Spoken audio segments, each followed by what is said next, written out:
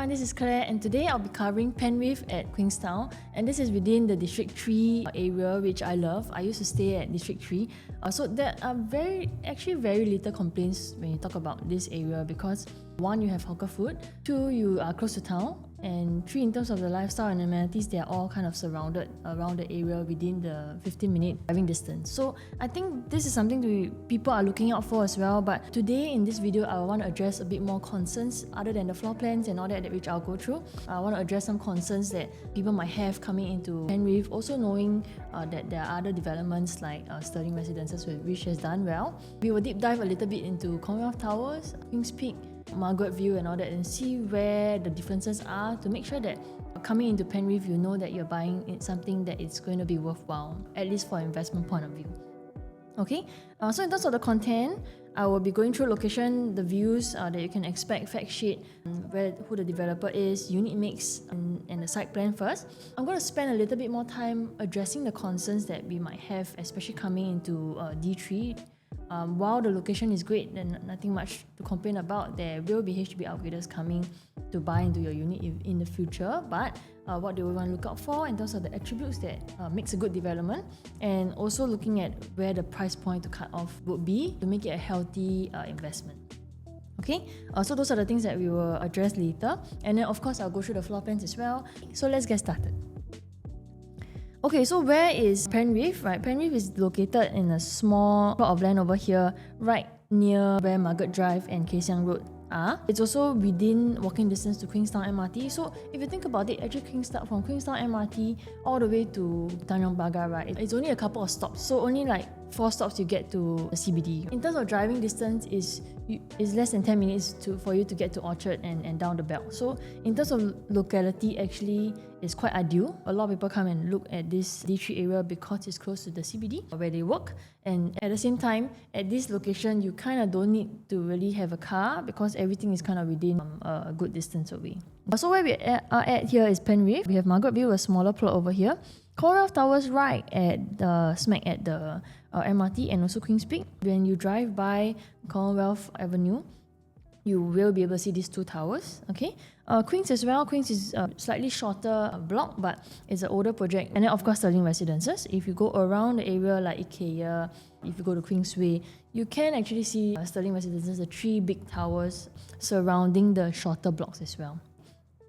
So these are the views that you can expect. Penrith is across 2 towers. These are the views that you can expect for those that are facing towards the Dempsey area. So, full greenery over here. You can see all the way to Leiden, Bukit Timah Hill as well. So I think the views, in terms of looking at the whole city area, the low rise and the low density areas, I think the view is actually quite good, and they are kind of here to stay as well. So fact sheet, this is going to be developed by Hong Leong and Guaco Land across 2 blocks. This is in District 3.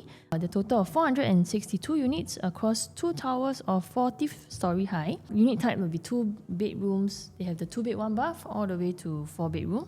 There will be an early childhood development centre. So for Sterling Residences, they have it as well. And I think it's extremely convenient if we're not too picky about preschools, right? We normally would think that actually the most convenient would be the best, especially if you're rushing to work. So I believe the Sterling Residences residents benefit from it because you literally just send downstairs. So this one I think would help to a certain extent. This is going to be TOP around 2029. So roughly around the 4-year time frame. The project architect is ADDP. In terms of the layout plans and all that we studied, I think Hong Leong and Guaco, looking at the make and the quality, also the site, the floor plans, I think basically not much complaints about it. Okay, so unit mix, we have 2 bed 1 bath, starting from 2 bed 1 bath, 2 bed 2 bath, 3 bed 2 bath, 3 bed 2 bath. There are bigger ones as well for the 3 bedrooms. Okay, these are the slightly bigger ones. And then 4 bedrooms straightforward, there are only 2 layouts. One is a compact size, and then one is the premium one. Okay. So here's the site plan. It's split across 2 blocks, right? There are different facing. One here this way. There is also pool facing units as well. I believe the distance between here and here is about 60 meters. So quite okay, not that bad. And they're color-coded with this legend. So later I'll share a little bit more. If you see that their units are 76, that means they're across 2 stacks. So for example, the 2 bed 1 bath over here, here and here, right? So facing inside this way and facing outside. Okay. Okay, so we want to understand a little bit about the concerns that I would think that might be present in looking at Penrith, okay? Is it going to make good profit like Sterling? If you're looking for this for investment across the other options, we want to understand a little bit on how this tree has performed overall, especially in this particular area where it's surrounded by Queenstown MRT. Sterling has performed very well. Is it going to make the same kind of profit that you want to expect for Penrith? Okay, so why do some make more and some don't, right? If you look at Comparative Towers and Queen's Peak, they kind of perform quite differently, and the period for you to be able to let go of the unit is also different. So for example, Queen's Peak will take slightly longer, especially for the 3 bedrooms to move, rather than the Comparative Towers one, which in terms of layout, it's a bit more acceptable for people. Okay, so one question you want to ask is, how does land size make a difference to your profits that you make? And how important is visibility when your land size is not the biggest? So one of the concerns that we might have for Penrith is, if you look at Sterling, right, it's welcoming. They have 3 towering blocks, full-fledged facilities, you get tennis court as well. But when it comes to Penrith, in terms of coming in, feeling that, okay, it's very welcoming, it's a little bit harder. But having said that, I think what is more important is understanding what are the attributes to make a good development and seeing why future buyers will come to buy your unit. Okay? So let's take a case study here. This is the Link at Bukit Timah and also Forward at Bukit Timah. These 2 developments are 999 years developments, they are freehold. But Forward at Bukit Timah, it's a big land plot over here. Once you come down Jalan Jurong Kecil, you have to turn down to Totak. If you do not pass by this road regularly, you may not even see it at all.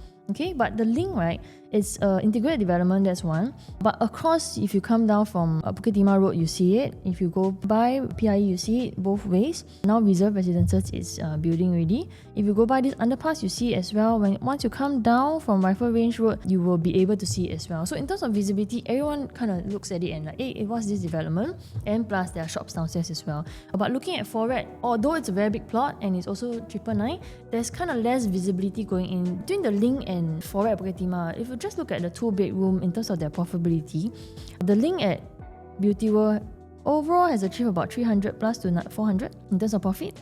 Okay, for Forward at Bukit Timah, it's a little bit hovering around the low 200s and not so consistent in that sense, right? There's even one that sold at 50k only, and then the rest are like low 200s and then some higher 200s that sold a little bit earlier. But if you look at the Link, even though the entry price is higher, you see this is the sale price, right? The entry price is higher at 1.87 even. Owners actually made more profit than Forward at Bukit Timah, even though in terms of land size, in terms of facilities that they can offer, the Link pales in comparison. But in this case, because people drive by it every other day and they see that development, they would take notice of it. So if you look at another case study, if you look at Clairvon, once you hit AYE, you cut across from Clementi Avenue 2, if I'm not wrong, you see that development right smack across the intersections. But if you compare with Kenwick Hill Residences, which is also in the D5 area, this is a big development. There are cluster houses also. There is 1 to 5 bedrooms. I think in terms of facilities, Kenwick Residences actually has quite a big plot of land to play with. Okay, but when we look at the prices for Clairvon and Kenwich Residences, what's the difference? Clairvon is in the blue line, Kenwich is on the red line. You see that actually in terms of the growth, right, between the same time period from COVID, we expect COVID prices to have gone up in the past 5 years. The growth for Clairvon actually went up about 26% on average. Okay, this is across all bedroom types. But if you see Kenwich Residences, it's actually fluctuated a lot, right, up and down, and then the overall growth from the same time period to now, today, right, it's only about 10%, right? So because nobody actually really knows where Kenwich Hill Residences unless you go to the Pasir Panjang area, and if you kind of drive by and see, okay, this is the newest development that you can see in the Pasir Panjang area. If not, in terms of traffic, in terms of like people passing by to get to somewhere, the traffic is actually very, very low. So in this case, when we look at both in terms of profitability, for the same holding period, 2020 to 2025, I can say that the annualized profit for Clairvon is hovering around 4 to 5% and it's quite healthy. Okay, profit around high 200s to 300. Okay, but if you look at the 2 bedrooms at Kenwich Hill Residences, for maybe the same holding period, I'm looking at low 100 to high 200, and if you can see very clearly that the annualized gains are actually not that consistent, and you kind of need a little bit more luck to kind of push it. You maybe need a better facing, you need a high floor, you need to be able to get something of this kind of range, but the rest are all hovering below. Okay, and you realize also that the price point is actually about the same. So coming in, if I had gotten 1.2, even cheaper than Cambridge Hill Residences at 1.3, I exit at about the same price, my profit is lower. So in this case, what are the kind of key attributes, right, to understanding what development to buy? I think these are the couple of things that we need to dive deeper into, which I will in a while. So where is Penrith, right? Penrith is actually over on this side, but what we are seeing is actually in terms of visibility. Now there's a little bit more traffic coming to Margaret Drive because it cuts through to Kay Siang and to Tanglin Road. For people staying in this area, there's quite a lot of volume already. Your Dawson Sky Park, your Sky Terrace, Sky View, they're all towering blocks of 40 plus floors. So in this case, Penrith will just kind of be like sandwiched in between all the taller blocks. If let's say you look at Sterling Residences, Mei Ling Street and Mei Ling Market, that area is around 12 floors. And at the back is all the car showrooms, right, which are low density as well. So when you drive by the car showroom, you definitely will miss Sterling Residences, and it's kind of towering over the rest. So in this case, Penrith in terms of visibility may not give you the best because it's kind of sandwiched between. The land plot is not that big, and then this is way higher. This is also 40, if I'm not wrong, 45 stories high. So Penrith coming in at 40 stories may not give you the best visibility in people knowing that this is a development I should look out for, or rather they would maybe just look at Sterling Residences, and that's the reason why I think Sterling Residences will continue to perform quite well. Because the facilities are good, it's visible, the layouts are actually quite decent also. Okay, so now I come to what are the key attributes to make a good development, right? One, I think being visible is important. Like what we've seen in the Ling and Foret example, we've seen in the Clermont and Cambridge Hill Residences example. These two examples would kind of show like actually there's also this reason why Sterling Residences is performed quite well, because facilities wise is good and people know about this development in the D3 area. So that's one. Having a good layout, of course. We want to be able to see future buyers imagining themselves staying in the unit, so the layout matters a lot as well. Or decent land size where once I come in, I want to buy a condo. Let's say I'm an upgrader from a HDB, right? Or I'm just starting out, wanting to buy a 2-bedroom just for own stay as a single. I want to be able to enjoy the facilities since I'm going to pay maintenance for it. The reason why the D5 Pasir Panjang area, the boutique projects don't perform that well, overall, I think the growth is about 2% on an annualized basis. The reason why they don't perform that well is also because in terms of the welcoming effect coming in to buy a boutique project versus to buy Sterling Residences, for example, I think the difference is huge. So for people willing to pay a bit more in terms of facilities, they need a good lifestyle to go for. And then the two last points will be the reputable developer and build quality, because once the project hits maybe 5 years, you kind of can tell the difference. If things are breaking apart, or like if the quality is not that good, you can kind of tell, and then that will affect how people see the development. But more importantly, like I shared with Clermont and Cambridge Hill Residences, I think the entry price is the most important, which is why in this video for Penrith, I will be laying out where we are with the pricing and also setting a cap to where you want to enter, just to make sure that your risk is lower for you to be able to make a good profit out of it. Okay, so when we talk about Penrith, we also want to compare the key attributes, how the other neighbours have performed, and I'll explain a little bit just to deep dive into Queen's Peak, Commonwealth Towers and also Margaret View. What are the pitfalls over there and how can you avoid that with coming into Penrith? Okay, so we've seen that actually overall the D3 area, since the start of the sale of these three developments, overall the prices have stagnated a little bit, and there are reasons why. Of course, during COVID period, the prices have gone up generally. Okay, but there are some that are hovering as well. So if you look at Queen's Peak on the blue line, 1,006 per square foot, when it hit COVID that period, actually is about 1,007 per square foot. So the growth was about 100. But for Commonwealth Towers, let's say if you look at the same time period, 1,006, it's gone up generally to about 1,008. Okay, Margaret View, I think they launched about 2018, but maybe because the price point is a little bit higher, it hovered around the same price as well. Okay, so if I look back at the key attributes again and compare with these three developments, what are the differences? And this is just my own assumption and also my own assessment of how these neighbours have performed and why should you or should you not get into something like Penrith. Queen's Peak, I feel that it's very visible. Once you drive by Queenstown MRT, Commonwealth Avenue West, that road, you definitely can see Queen's Peak, as towering is quite high. It's also a reputable developer. The build quality is actually not too bad, but in terms of the layout, they actually fall short quite a bit. If you look at the 3 bedrooms at Queen's Peak, no matter how big or how small, all the common rooms can only fit a single size bed. So that will definitely affect people, especially buying for families, when they want to be able to fit a queen size bed or they want to be able to fit a single bed, and also study table. It's also very hard for you to put the common rooms in good use. So I think that is the shortfall is really the layout, the good layout.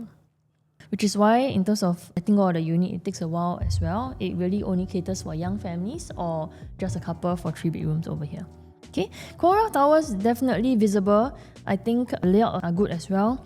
Reputable developer, yes. If you go into Commonwealth Towers today, I think the overall feel is still quite there. In terms of facilities, the pool and all that is still quite welcoming. And of course, you're in a good location as well. And the land size is actually quite decent. They give you a lap pool, is hovering around 2 towers. Okay, Margaret View, when you come from the Queensway area, Farrer Road, you actually see that Margaret View is actually quite visible, but in terms of land size, it's actually really small. There's nothing much to offer in Margaret View in terms of the land size, in terms of the facilities, but the layouts are actually quite decent.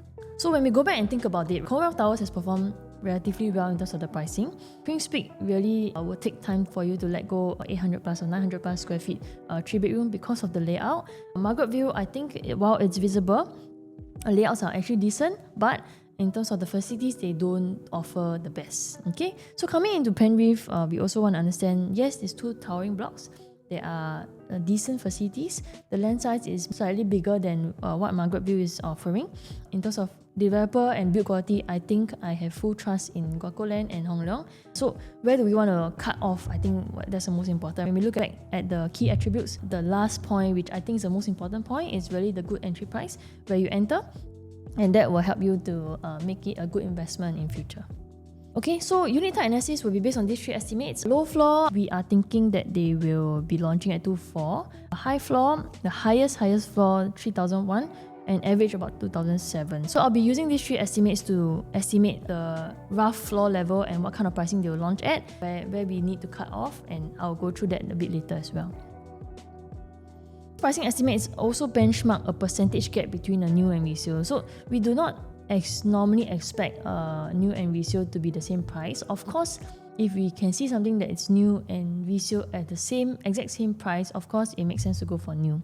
But in this case, in G3, where all the launches have been spread out quite nicely, that means there is a certain year gap, a 3 or 2 year gap before the next one launches. There will be a little gap.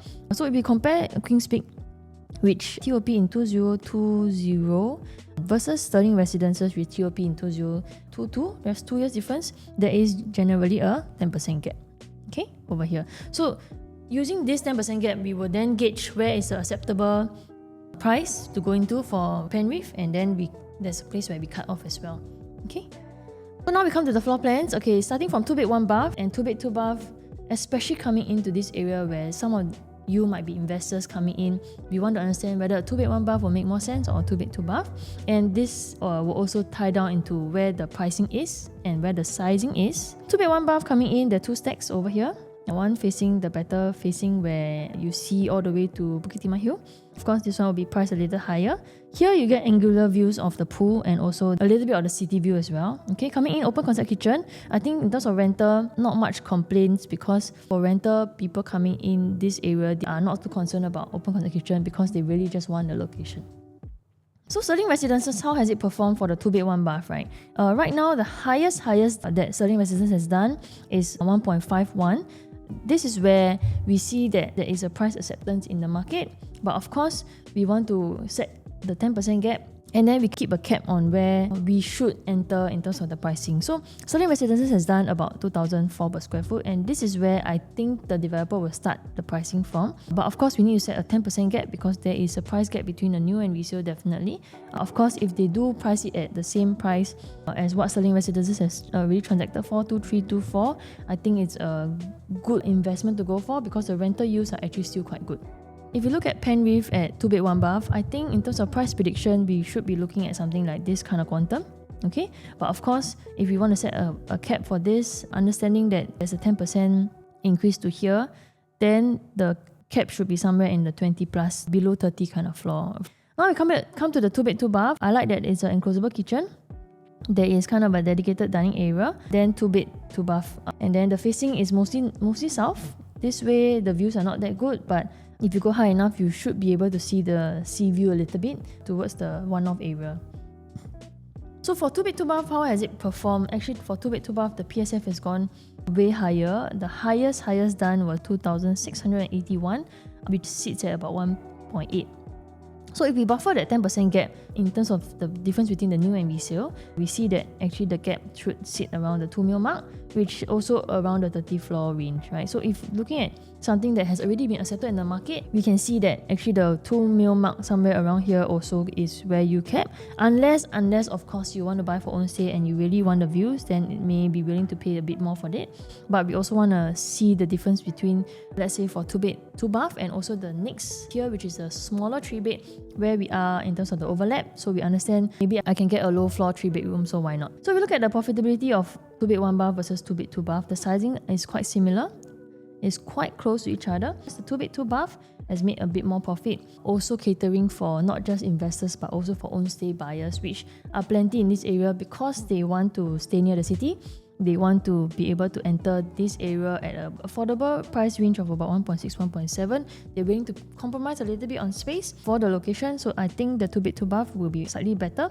But today, if you're buying purely for investment, I look at the price now today for selling residences versus the price today for 2-bed 2-bath.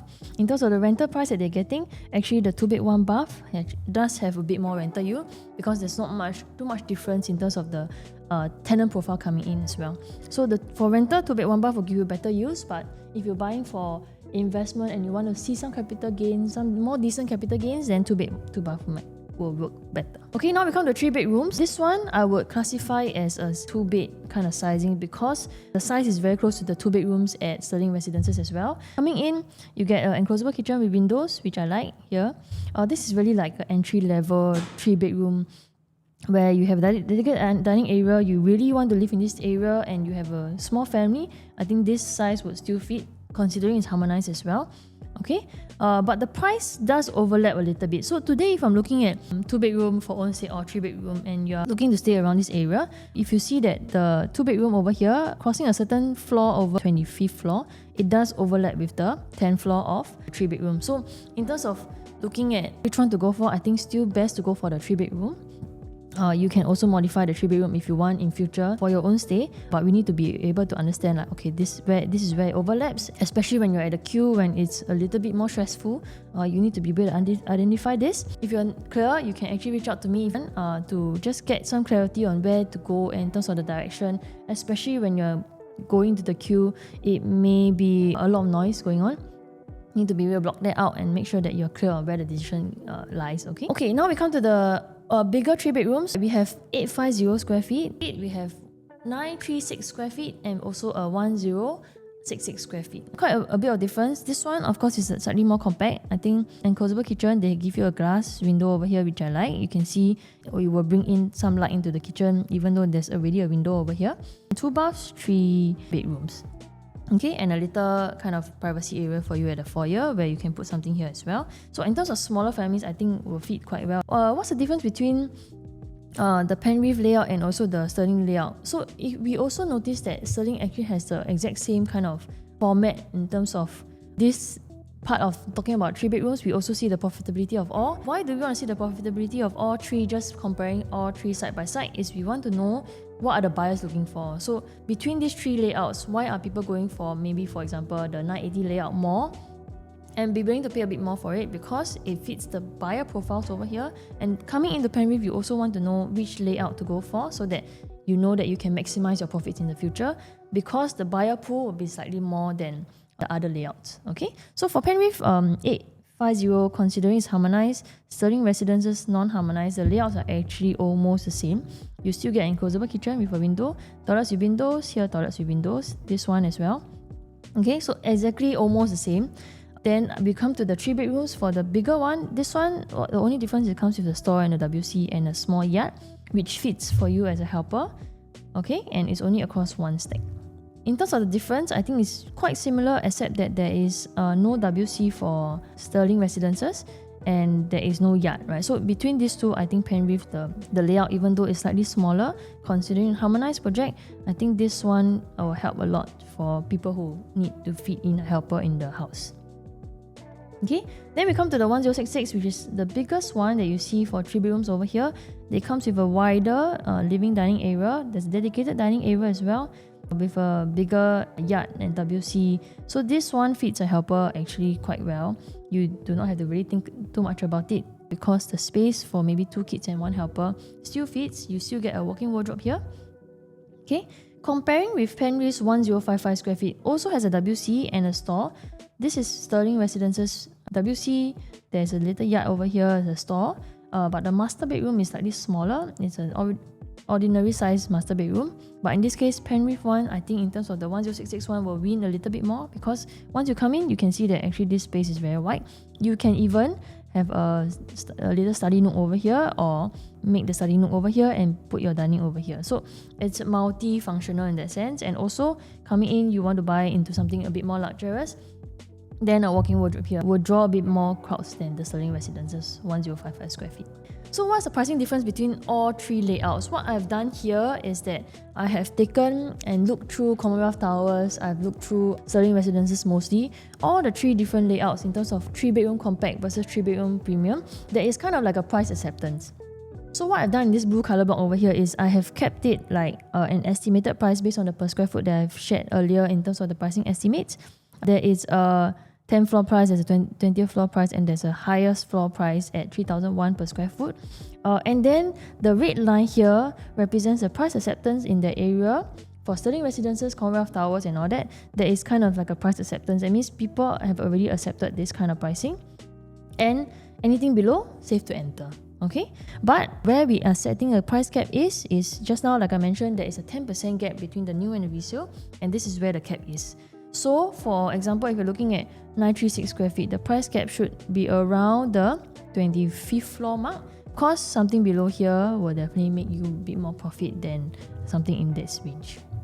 Okay, this is purely if you're buying for investment. If you're buying for own stay and you really want the views, you want to be able to enjoy the space, then I think this kind of pricing is worth going for. But of course, if you have a different objective, you want to have a part own stay and part kind of investment strategy, in the D3 area, there are some other better options out there, which I can share with you in other project analysis reviews as well. But I think what we want to see here is between these 3 layouts, right? Which one would you likely go for, and which one would buyers in the future like and will prefer to enter into? Between the 883, 980 and 1055 at Sterling Residences, if you look at the profits, right, actually the 981 has actually performed consistently more in terms of just looking at the gross profit, the 980 square feet, because in terms of the pricing between the 980 and the 1055, 980 is a bit more palatable. At the same time, 980 offers you that storage and that yard for you to be able to fit a helper, and also have a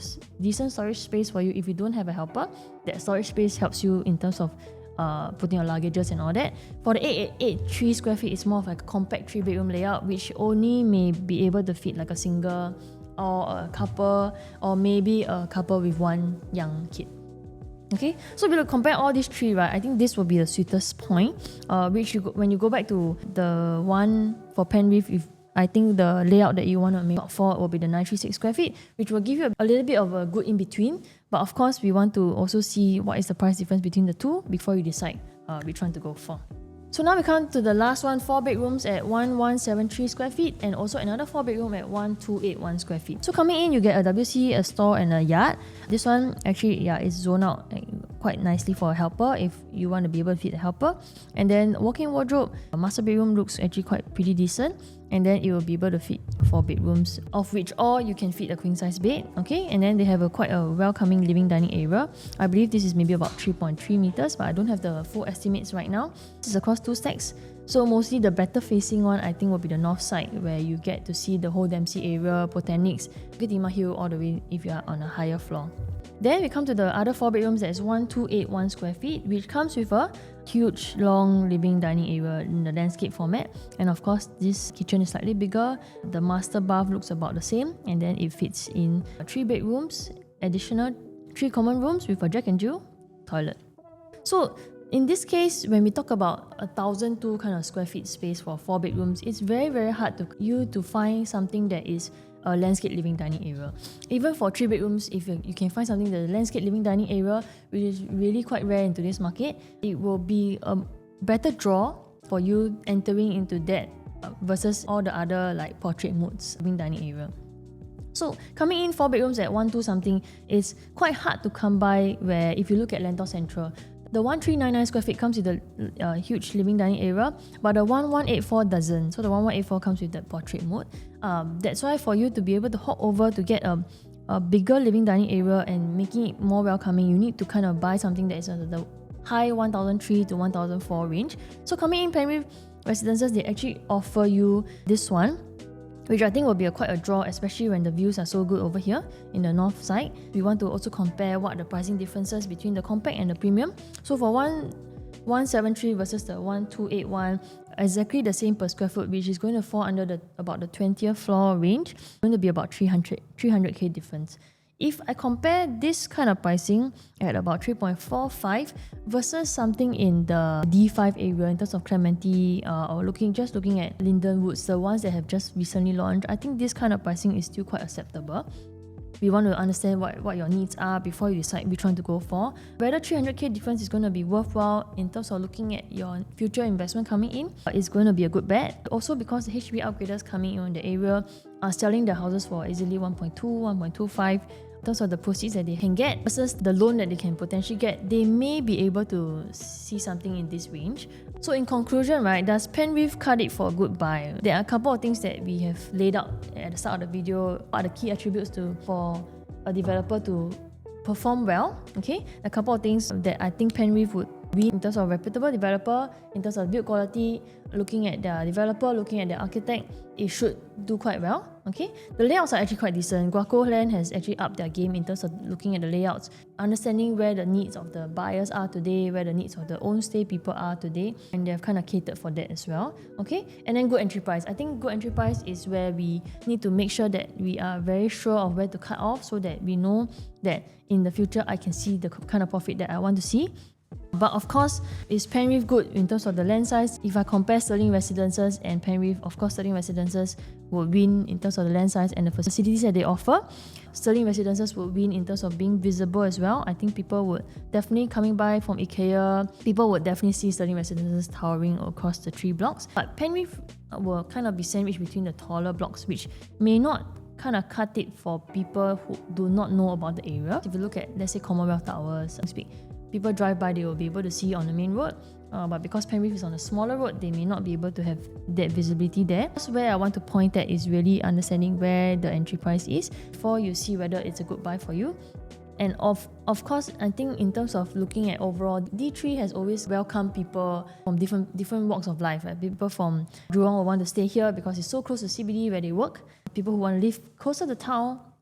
Geographically, I think it's a great place to stay as well. So if you're buying this for own stay, ideally you get something of a better, safer entry price, and you get to enjoy the place as well, which is great. Whether you can enjoy something of a good build quality and also good layout, I think this is a Penrith would be something you can consider. If you're looking at investment, 2-bed 1-bath would make the best investment in terms of rental yield. But if you're looking at in terms of capital appreciation, then 2-bed 2-bath will make more sense. Looking at expanding to different profiles. Okay, the 3 bedrooms in terms of the sizes, I think the good in between will be the 936 square feet one, where you see that it will be able to fit more buyer profiles and people are willing to pay a bit more for it. Hence, your profits you see for the 936 will be slightly better than the compact one and also the slightly bigger one. Okay. So this is the end of my video. I hope this gives you a bit more clarity on overall looking at Penrith and looking at D3 on its own. How has it performed? What are the key attributes? Why are some developments in this good location not performing that as well as others? I hope this video has kind of laid that out. But if not, if you have any other questions about this development or whether D3 developments, looking at River Valley, looking at Promenade Peak. These are the launches that have happened, and Zion Grand that's going to happen in the next couple of weeks as well. If you do want to understand where to enter into, if you're looking at the overall D3 area to find out which is the best investment, also considering that there is some launching in Clementi as well. There is going to be one more at Zion Grand at River Valley launching. There are other considerations to consider, and it really depends on where your budget is and also the bedroom type that you're looking at to make sure that you get the best view for you in terms of looking at capital appreciation in the future 4 years down the road. Okay, so if you're still a bit unclear and you would like to reach out to me, you can also just scan this QR code, pause this video, scan this QR code, and also WhatsApp me directly, or give me a call, or check out my socials and send me a DM as well. Okay, so I hope this is a good video for you, and I will see you in the next one.